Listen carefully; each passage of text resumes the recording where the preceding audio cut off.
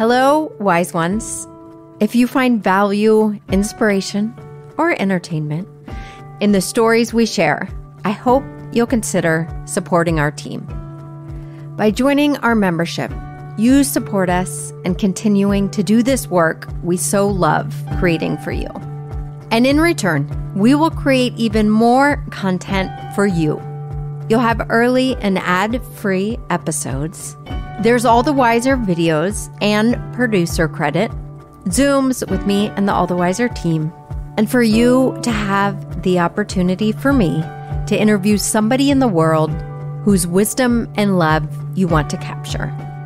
To become a member of All the Wiser, look for the Patreon link in the show notes below. And you can also check it out on our website, allthewiserpodcast.com.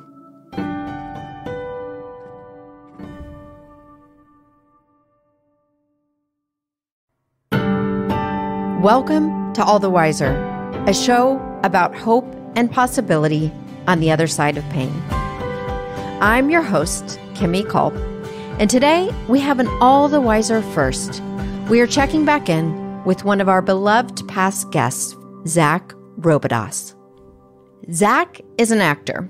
You may have seen him most recently on a little-known show called Succession. He played one of the news anchors at ATN, and he won an Emmy as part of the ensemble cast of the show.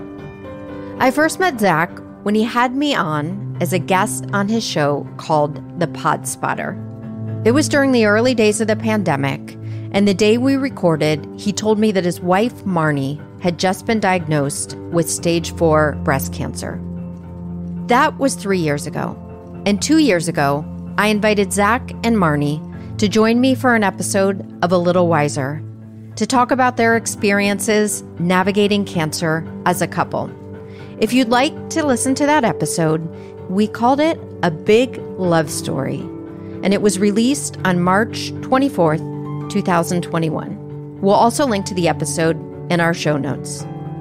But for now, I'd love to play you a clip from our conversation so you can get a small taste of the effortless magic between Zack and Marni. Take a listen. And no matter what this thing has been throwing at her, she's just like, she's resilient. And you just can't underestimate the human ability to like just endure bullshit. Man, Marni's got that in spades. Marni, what have you learned about... Just know I'm sobbing over here. I'm just silently sobbing. It's her. This is what Kimmy does. This is what Kimmy does to people. You, Kimmy. It's a three-way cry on a Tuesday morning. Oh, my goodness. Marni, what have you learned about Zack and your marriage and love in the past year? His dedication to us, his love for his family, surpasses anything that I thought it ever could be.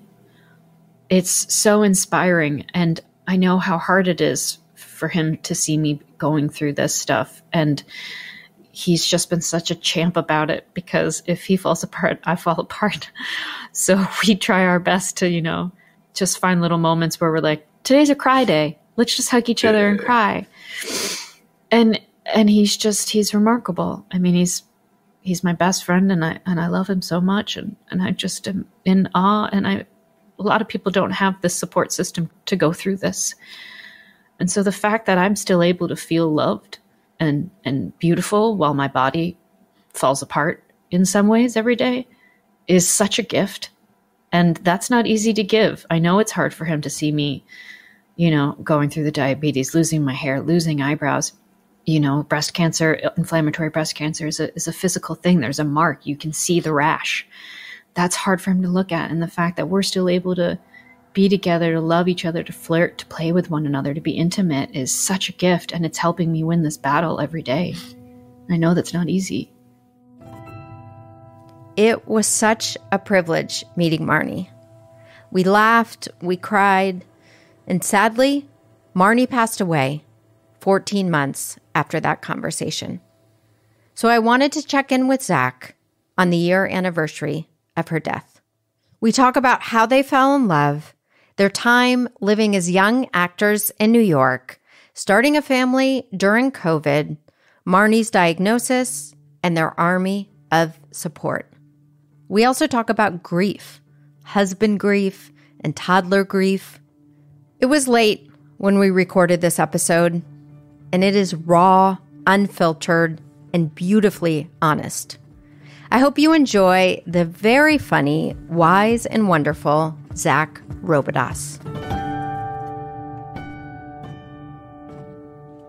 Hello, Zack. Hi, Kimmy. And welcome back to All the Wiser. Welcome back. It's really funny. I of all the talk shows out there, I never thought that this one would be the one I'd have a recur on. Yes. But hey, I'll take it. Hi, Kimmy. Hi. So, Zack, you and I met during the pandemic. You had me on your podcast, Pod Spotter, when you were profiling All the Wiser. And in that conversation, it was really, really early on in COVID. And you shared with me that your wife, Marni, had recently been diagnosed with stage 4 breast cancer. And it's been 3+ years since we had that conversation. And a year after that, I had the privilege of meeting Marni and laughing with you and Marni on this podcast as well. So I wanted to come back on. I know it was year anniversary of her death recently. Right. Is that right? Yep. You lost her in May. Mm-hmm. Yeah. And check in with you. I have spent a lot of time these past couple of days in preparation for talking to you, looking at pictures of Marni, reading her words, reading everything from the GoFundMe to the Facebook to her sister writing about her, to you writing about her, to her writing about you. And it's just been a real gift and treat to get to know her. And I'm hoping that in our conversation today that our listeners can know her and know what she was about, and we can all learn from her a little bit. Well, thank you. Thank you for going down that rabbit hole. It is vast. And it goes both ways too. I'm very happy for that digital footprint, but it's terrifying because I'll see like articles, like tabloid, like sometimes because Marni was on soaps for years. So I'll see like some clickbaity thing with like the most tender, or what I thought private Instagram post that someone picked and used it to make some weird clickbaity type. Yeah. I guess I only mentioned that because I haven't really talked to a lot of folks about Marn, but I'm certainly happy to talk to you about her because I know that you do just take such tremendous care in the past with her story, with our story, and with our words.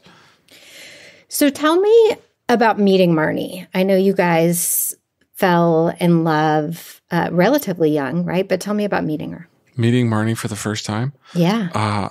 I was being given a tour of my undergrad, and her best friend was giving the tour, and I was a transfer student, and she called her friend Marni over because I was a theater kid, and she was a theater kid, and she was like, "Can you explain the theater program to this guy?" And Marni proceeded to talk uninterrupted for what was undoubtedly 45 minutes, just kept going on and on about the program.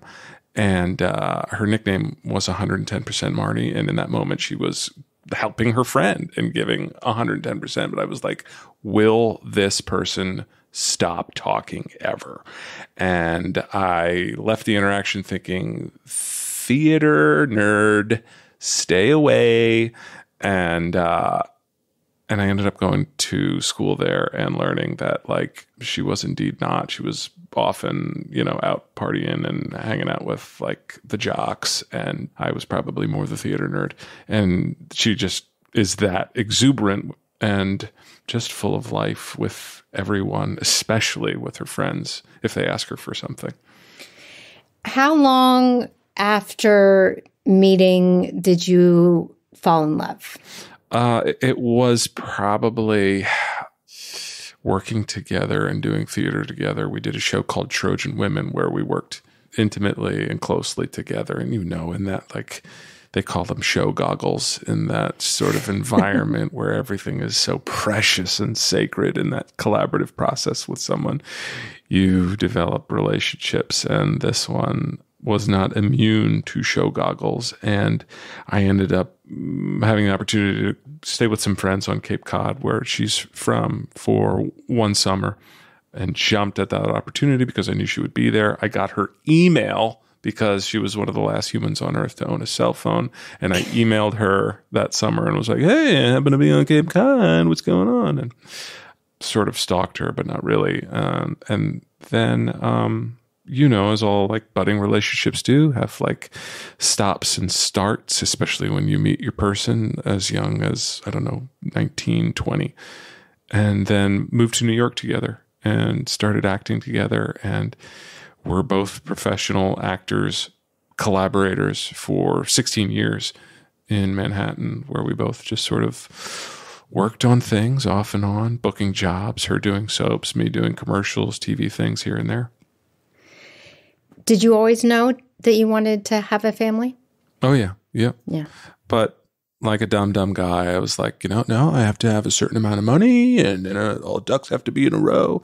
And she was in no hurry either. Neither of us were in any hurry. We were having fun. We were having a good time. We were living the gypsy bohemian life of young actors in New York, booking jobs and going out of town and doing summer theater and hanging out with friends and really just enjoying ourselves for an easy 15 years.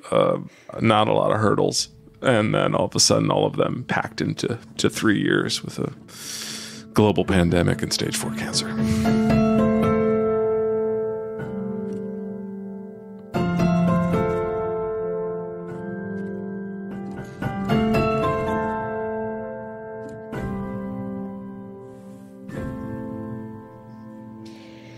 So you eventually did decide to start a family. Tell me about having Coda. Yeah, so the beginning was like unbelievable. We're going into a time where we're forced to be indoors. Everyone is forced inside during this global pandemic, and it's arguably the greatest time in human history to have a child. Like, no one's working, you're home, everything's delivered to your house, food, groceries. You're under no obligation to see anyone. You just hunker down and you make this little being your whole world.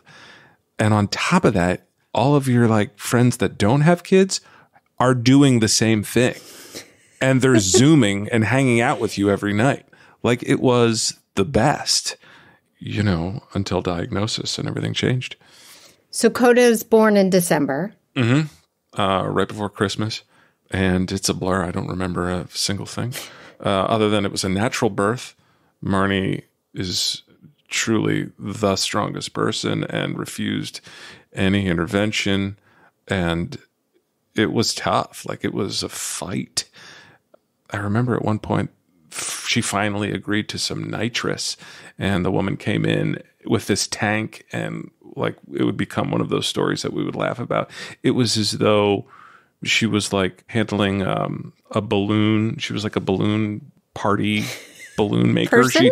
She didn't really know kind of what she was doing. She was like, do you even work here, miss? So she's like fumbling around with tubes. Something starts shooting out. Gas is going everywhere. We're like, get that out of here. Just forget it. We'll push. Let's go. One thing was clear to me as I was going back reading Marni's writings and posts from this time. She had a strong intuition. She knew very quickly that something was not right with her body. But if you'll remember, it was incredibly hard to be seen in person by a doctor at that time. So Marni had a medical examination over Zoom, and she was told that her breast was not consistent with stage 4 metastatic breast cancer. It was a misdiagnosis, and it cost her precious time. Eventually, she does receive the correct diagnosis, but with the added layer that she had to process this news while going to all of these doctor's appointments alone. Plus, she's in medical facilities that look like ghost towns, with a newborn baby girl waiting for her at home. So what do you remember about the diagnosis and the actual processing of that as a couple before sharing?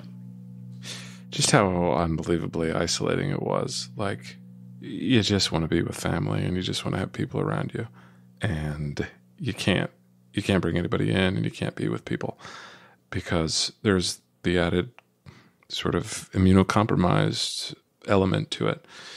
So at a time when you need people, you're stuck with this format of, Zooming with people and calling people. And I mean, I don't really remember telling anyone the first week. And then we had a Zoom date with like our best dear friends. And regrettably, we thought, hey, why don't we tell them over Zoom and bring them in? And we were both like, afterwards, we were like, that was such a mistake. What a horrible thing to spring on people. We should never do that again. We were like, we had to like relive the whole diagnosis together, which I guess, man, it's all like coming back to me now. I don't really talk about all of this too much. I have my sort of weekly support group, but I don't really go into the back there place too often. But the diagnosis itself was over the phone. We were sitting in our apartment, and I don't know how common that is, but we had to hear it over the phone, and I'm like fumbling with my phone to record so I can get all of the information while trying to process it. But I do remember what a weird place technology took in that whole time, and how regrettable that part of it was. What do you mean by the role technology played at that time? Just all of like the Zooming and the need to reach out to people and just to, talk to your parents or hug your parents and be with them. And it's over this like sort of new, quickly adopted, like who said the word Zoom 4 years ago, No one. And all of a sudden this is how, major institutions are diagnosing people and family is getting together. So I just remember it being that a lot of just strange wanting to be close and longing to be around people and not really feeling it. And so that is probably the impetus of the Army and where it grew out of, is people just needed to do something. Everyone was sitting around and they wanted to be close and they wanted to help and they wanted to like make sense of all of it. The Army that Zack is referring to is a private Facebook group named Marni's Army that was started by her loved ones soon after she was diagnosed. And it grew to almost 1,000 people. Every step of the way, they prayed for her, fought alongside her, and provided comfort and support for Zack, Marni, and Coda. And here was a noble cause, right? Like here was something that they could do. They could take action towards a clear enemy because there was this weird COVID enemy. And here is something that I could be really, really pissed at. And it also probably gave people perspective. I think it also was like, yeah, it sucks that you have to sit inside and stream days of our lives. But guess what? Like there are bigger problems out there. And so that probably also was a galvanizing force behind it. But undeniable, the way that, as you said, Marni chose to live her life. I recently, at the march, at her memorial, read her mission statement that she wrote in college that we all had to write. We had to write a mission statement for like the business of us, the actor business of us. And Marni's is just basically the whole first page is, I just want to make people happy. I just want to make people happy. I want to make them feel at ease when they're around me.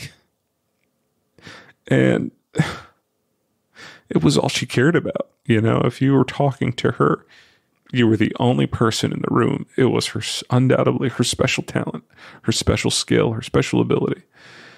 She made you feel like you were the only person on earth. And it was a quality that belied her looks because by all accounts, she was, never anything but the most beautiful woman in any room. And you would see someone like that and think, they're not going to talk to me, or they're snobby, or they're self-involved, or they have an ego. And nothing could be further from the truth with Marni. And so people just needed to do something for her.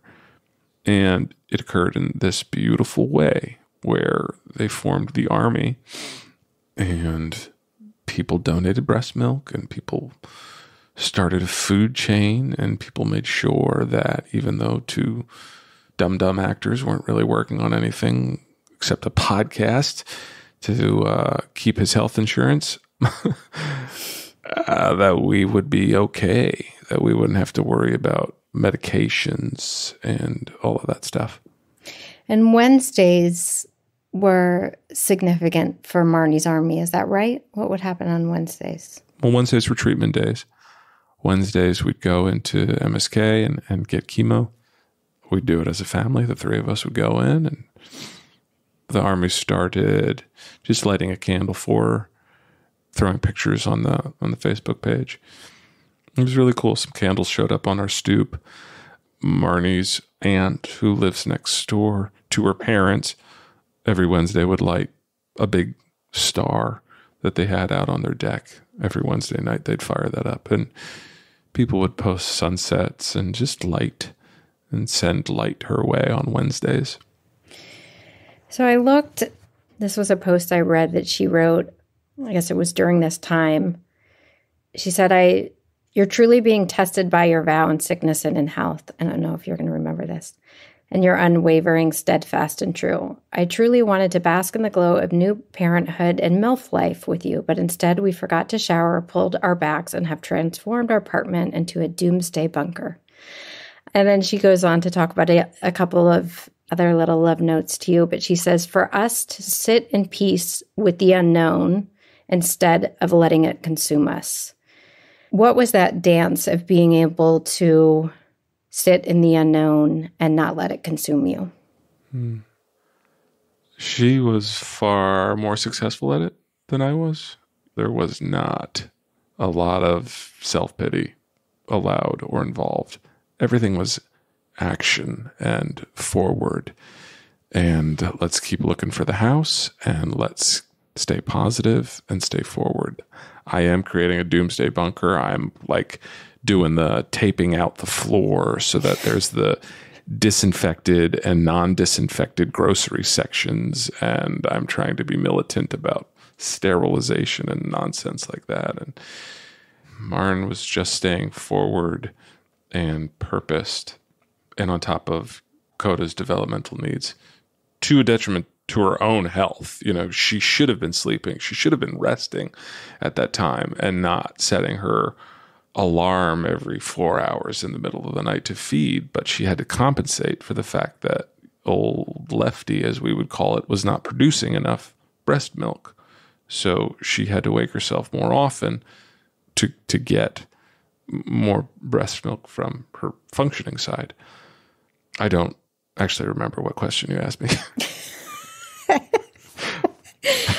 No idea. So this idea, Marni had said in the post, she said, my main goal is to crush this cancer and be the partner you deserve to have. Yes, for you to be a partner and never a caretaker, although we might have some of those days. For us to sit in the peace with the unknown instead of letting it consume us. And I think we're doing pretty damn well with all this bullshit.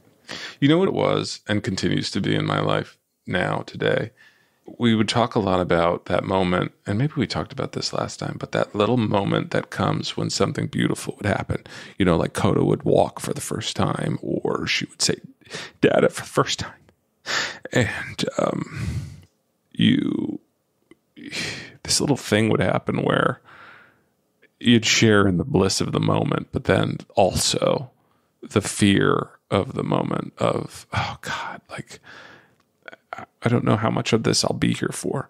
I don't know how much of this she'll be here for. You never vocalized it, but it was there. It was there for both of us.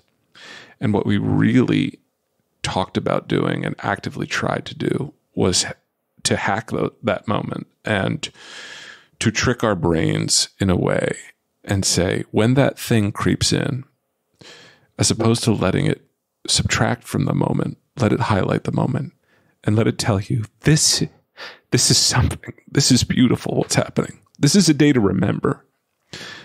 And that's kind of how we survived that pall, that shadow, you know, from from taking away from the bliss and the peace of new birth and childhood and life developing around us while this other thing was, festering. So the other thing she would write about is this Stuart Scott quote, "You beat cancer by how you live, why you live, and the manner in which you live." And so, yeah, I guess you just spoke to a little bit, but does everything become more into focus, more pronounced? I was even thinking about your relationship with time. Did you feel as if you were living more awake, if that makes any sense? Like just aware of how precious it is? Oh, sure. Yeah, time, that the human construct of that still doesn't, when something like this happens in a person's life, it has no place here. Like a year does not mean anything to me. Like you may have heard people talk about that to you before. It's been 60 years since I've seen her. It's been 6 minutes since I've seen her. I have no idea what a year means. Like it's been so long. It's been so short. But what does happen is, you sink into every moment, and you really, the good days we would really celebrate. And she would get really mad if I didn't continue to stay forward and continue to celebrate. I think one of the only fights that we got in, like almost maybe a month before she passed, and we did not fight a lot. You don't fight, with something like this. Maybe people do. We didn't argue a lot as a couple in life, and certainly not during any of this process. It sort of galvanized us. And except for one time, she came home from the hospital, and there was a SAG award for like ensemble that I received for Succession, and it was just like in the corner under some bills or something. And she saw it. She was so mad at me, and she hung it up. And she was like, if we don't keep celebrating, then this thing's already won. And she just made sure we just kept forward the whole time. And tell me what kind of mom she was to Coda. Oh, boy. She was a helicopter mom, smothering, doting, too much. She gave her so much. This kid's so smart. Her language is so advanced. Her teachers tell me all the time. You know how smart she is, right? Marni just poured everything she could. She didn't have anything else to do except for, keep herself alive and stay on top of all her medical charts and all of that.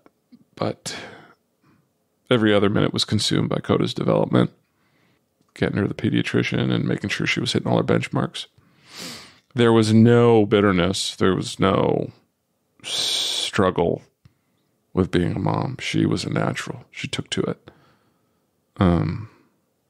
Certainly was aware of the irony of, giving life and having this thing try to take hers, but never showed it towards Coda in any way. This idea of all of the love that she had put into the world, sort of wrapping back around her and you and Coda during this time, how does that continue to show up for you and for Coda? People check in on me all the time. I know I'm in support groups, and I know a theme is like, after your first couple months, like, well, hey, where are the calls? Where's the food? Where's the whatever? People check in on me constantly. Her army is vast and huge and nimble and spontaneous. And the thing, I guess, that I would articulate about the army is my army is not as strong as Marni's army. I have this tiny army that I've probably built over my life. I think that we are all building our armies every day, and the ranks of those armies rise and fall based on decisions we make. and her army just continues to kick ass.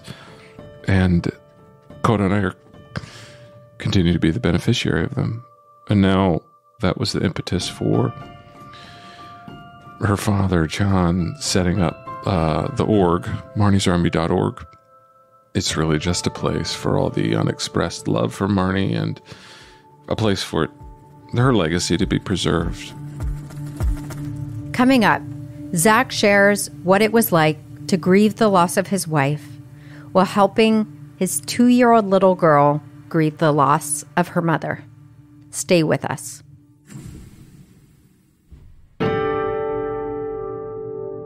All the Wiser is a 1-for-1 podcast. For every episode you hear, we donate $2,000 to our guest's favorite charity. Today's episode benefits Marni's Army Fund.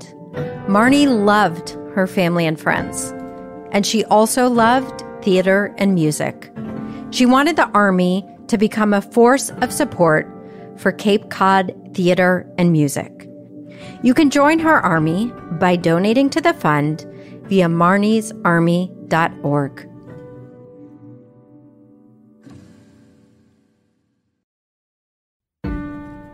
Hello, wise ones. If you find value, inspiration, or entertainment in the stories we share, I hope you'll consider supporting our team. By joining our membership, you support us in continuing to do this work we so love creating for you. And in return, we will create even more content for you. You'll have early and ad-free episodes. There's All the Wiser videos and producer credit, Zooms with me and the All the Wiser team, and for you to have the opportunity for me to interview somebody in the world whose wisdom and love you want to capture. To become a member of All the Wiser, look for the Patreon link in the show notes below. And you can also check it out on our website, allthewiserpodcast.com.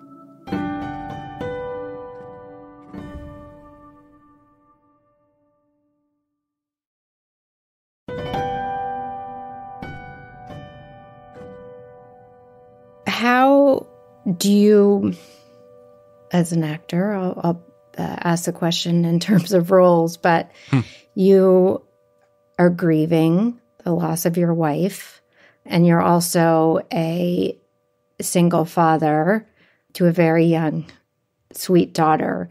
So what is the process of doing both those things in tandem, being there and strong for her as you're grieving yourself? I think that just being there for Coda has been my singular focus this whole year. The acting thing has kind of been on the back burner. So it's been easier. It's been refocusing, I guess, of refocusing of priorities. It's been easier to say no to auditions and appointments and things just because her continued growth and development it feels like my number one job. Yeah, I guess I meant the duality of your grieving, and then also what does it look like for her to grieve? I've never seen the grief process of a toddler. Yeah, it's been a learning experience. So there wasn't a lot for 2.5-year-olds. The place that I go to now, it's this amazing non-profit called Good Grief. My location's in Morristown, New Jersey, but I highly recommend it for anyone dealing with loss. It's peer-led, and it's amazing. If for nothing else, like, you go and you just realize, like, hey, you're not the only one with problems, okay? There's other people that are in this with you. That sort of, like, commonality thing is a real medicine. But at 2.5, she wasn't allowed to go until she was 3. You have to be potty trained, and I was sort of furious at the time. Like, what does that have to do with a grieving toddler? She had gone through a regression after Marni passed, a little bit of a speech regression, and then she wasn't singing or dancing, really, for about a week. It kind of looked like that at first, and I would try different things to get her out of it, and it wasn't until my dad gave me this bell that I was going to use for potty training. It was like because I was potty training her at the time. He was like, "Oh, we used a bell with you kids. You use it, you shake this bell, and that means you went potty, and that incentivizes them." And that really wasn't working for her. She wasn't really into the bell for that. But I was like, what if I use the bell for mom? And like, I would shake it when I missed Marni, and I would just shake the bell and say, "I'm having a mama moment." And one night I put on Pitbull. That's what I put on. I put on Fireball, and I was dancing in the kitchen, and I could tell she wanted to dance. I could tell she wanted to move with me, but she was like holding back a little bit. And she went over and she picked up the bell and she shook it and she said, "I'm having a mama moment." And then she came and she just started dancing with me. And she just didn't know how to articulate that, she missed someone and she wanted to have fun, but her buddy wasn't there with her. So she didn't know how. She's come a long way from that regression, and she's doing really well in daycare, and she loves school and she loves people. And when I pick her up, she just asks whose house we're going to. She just wants to be around people. She asks about mom every day and talks about her every day. I had psychologists tell me that, like, she's too young. She probably won't even remember her, but part of that is me through pictures and videos I share. We have, we look at baby pictures when she needs it, which is always, but she asks about her a lot. Were there things that were important for Marni to have, or to have her voice or her guidance or her counsel or her wisdom? I mean, did you and Marni think about how she lives on? We never talked about the end. Like, she just wouldn't allow it with me. We didn't discuss it. There was no like, "Hey, should we make a video of you singing happy birthday to Coat?" Like, we just didn't. I know some people can, like, some people can do both. They can live in both worlds, but we did not. And we just were like, what's the next thing? What's the next drug? How do we get out of this? And so it was just such a surprise. Like, when she passed, you could say, like, how could you be surprised? She had stage 4 cancer. She had a tumor growing out of her neck. She was lugging around oxygen, but her spirit truly, Kimmy, to the end, was the same. She was the same. And we just didn't do that. Like, we didn't talk about legacy stuff. So I don't know. Yeah. Like, I didn't know a lot. Yeah. And you have to answer some tough questions, like, right away. And I was just like, we didn't do that. We didn't talk about that shit. Some people can, but we just didn't. I don't know if that's like cowardice or what, but it's how we chose to do it. So what has been, if anything, the greatest comfort to you in this last year? Are you asking me how I'm wiser? How am I wiser? You could say, how am I all fuck off. Wiser? Nothing. It's given me comfort. Fuck off. Fuck off. No, I'd never tell you fuck off. What has given me comfort? Like, my little support group, just talking to people gives me comfort.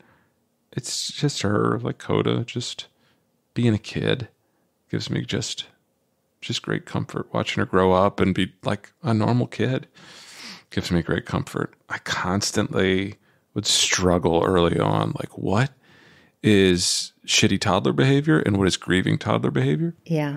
And kind of realized, like, it's almost always both, but it's a comfort when I see other toddlers are also shitty. That's a comfort. So I'm like, oh, this kid's normal. Okay, great. They all kind of do that thing. But you're parenting alone. I mean, that's not easy. Parenting can be... No, but I do have a good community, and my mom helps out. She comes up when she can. But no, it is. I just ask so many questions. I ask everyone. I talk to everybody. I have a lot of moms groups. My moms groups give me comfort. And friends in the army gives me comfort. Harry Styles has given me comfort. I got to say that. Coda loves that album. Watermelon Sugar has given me comfort. Oh, my Lord. What do you want to listen to? Harry Styles. Harry Styles. She loves it. But then, oh man, a couple saddies come on that album. You got to be careful. Yeah. And is she a Swiftie? Not yet. Not yet, no. But I know it's coming.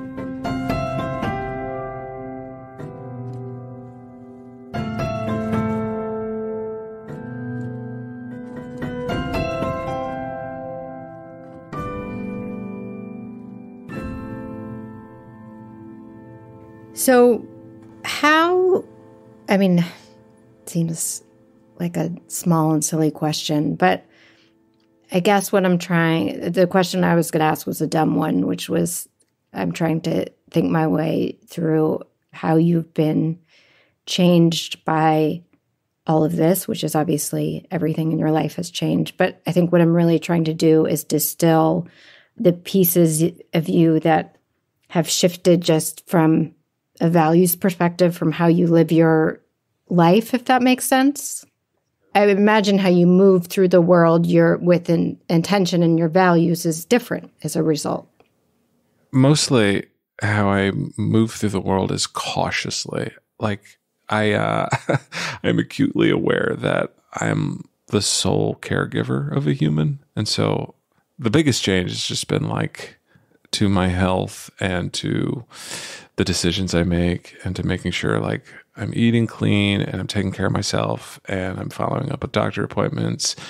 And I get very nervous, like, I don't know, even driving sometimes. And this is something that I've heard like in support groups also that like sort of happens to sole caregivers. And certainly with me where it's like, I wouldn't want her to lose two parents. So like that kind of like shapes a lot of decisions from diet to just whatever lifestyle. So how you take care of yourself. Yeah. So she has the you're best around. case insurance that you can take care of her. Right. Pretty much. Yeah. That makes sense.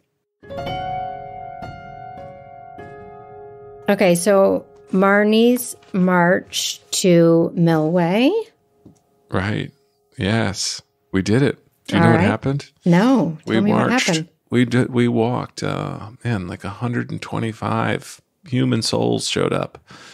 And we walked from the Unitarian Church, where Marni spent her Sundays as a kid, to a little bench, a little stone memorial bench that they put in by the beach that her family spent their weekends at on Cape Cod.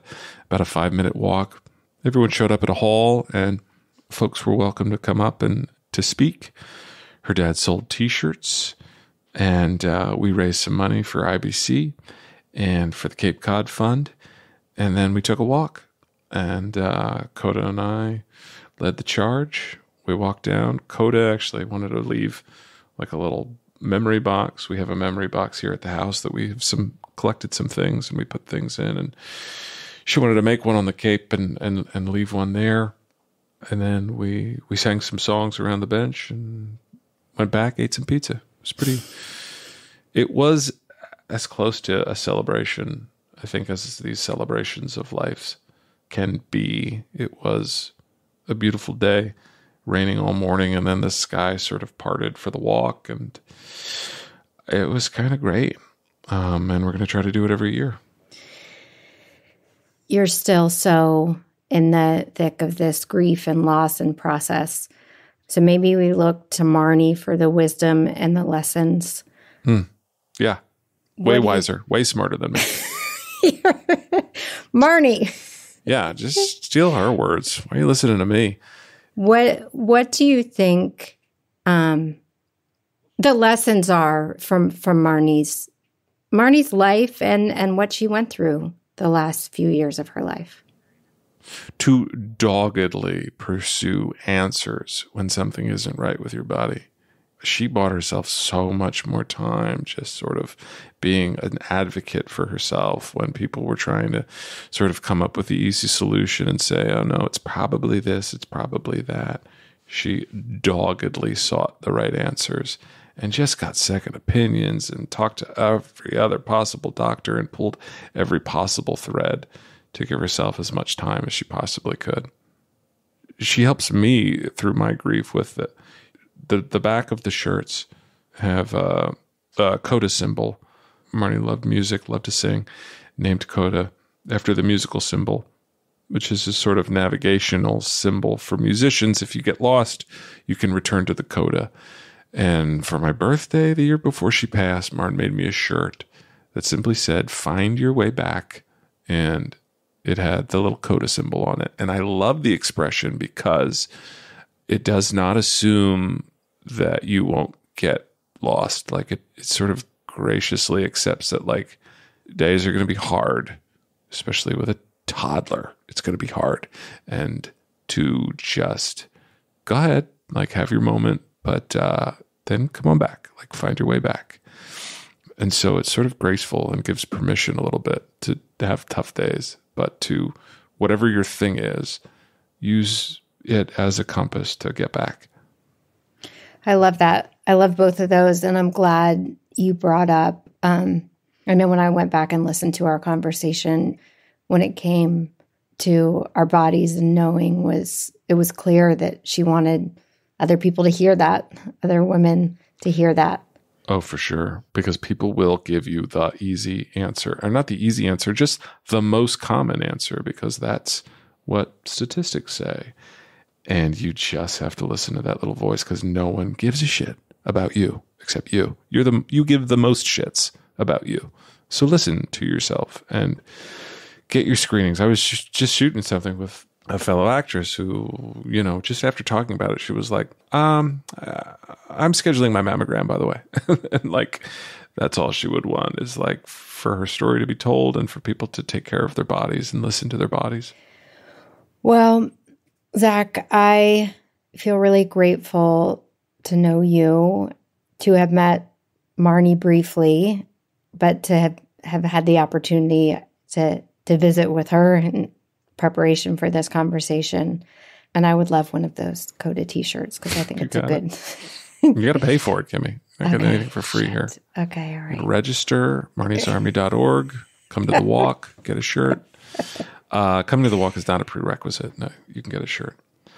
Well, I thank you, Kimmy, and I am proud to have our chats as part of Marni's digital footprint. I'm proud to have these stories there. There has to be a better word than digital footprint. Can we make up something new? Digital life journal. Okay. Yeah. I'm not going to journal. I'm not going to write these stories down. So it's good Coda has them.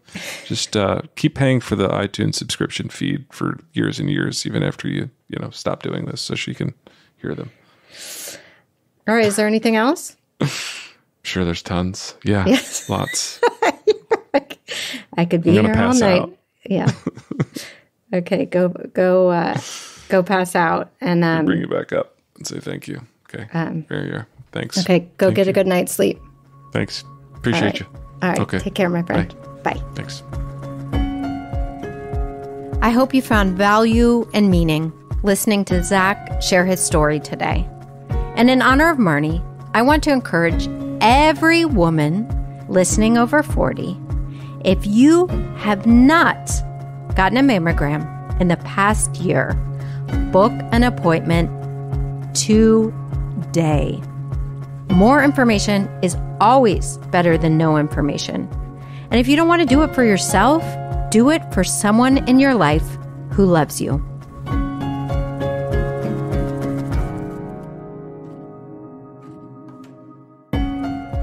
All the Wiser is produced by me, Erica Gerard, from Podkit Productions.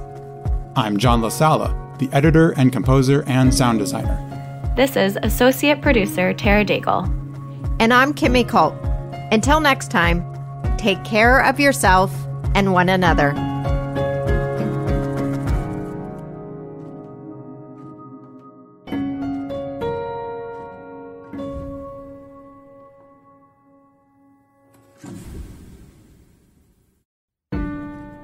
Hello, wise ones.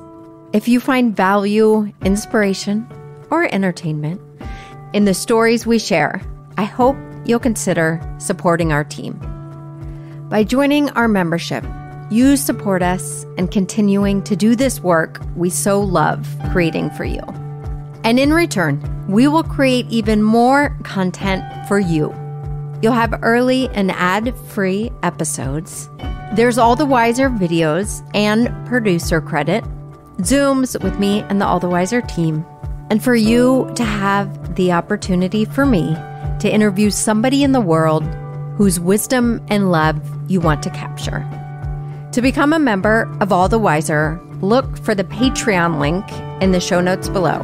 And you can also check it out on our website, allthewiserpodcast.com.